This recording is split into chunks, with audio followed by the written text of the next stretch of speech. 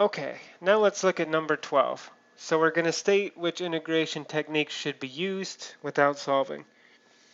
So a question like this wouldn't show up on the exam, but it's important because I'm not necessarily going to tell you which integration technique to use. So it's important to be able to tell just by looking when you need which type. So first,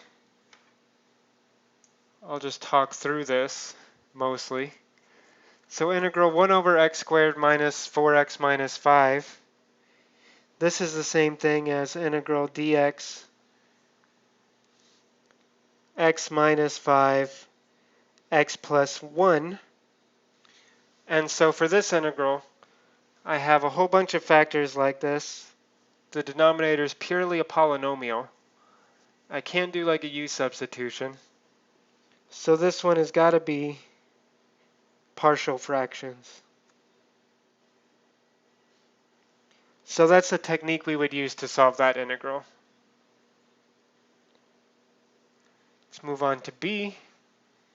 So now secant cubed, tangent cubed. Those should have x's on them. This is a trigonometric integral, which is to say we would have to use some magical trig functions and use that idea. In this one we could make u secant because we could take out a secant tangent and then turn all the tangents into secants. Okay? So C, that's a trig substitution because I see a square root and I can't do a u sub and get myself out of it. So I would have to do a trig substitution there. D, I have cosine of x times e to the x. And the best I can do there is say, okay, I've got two of these things multiplied together.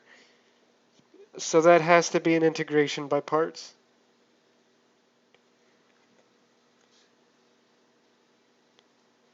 And that's it for number 12.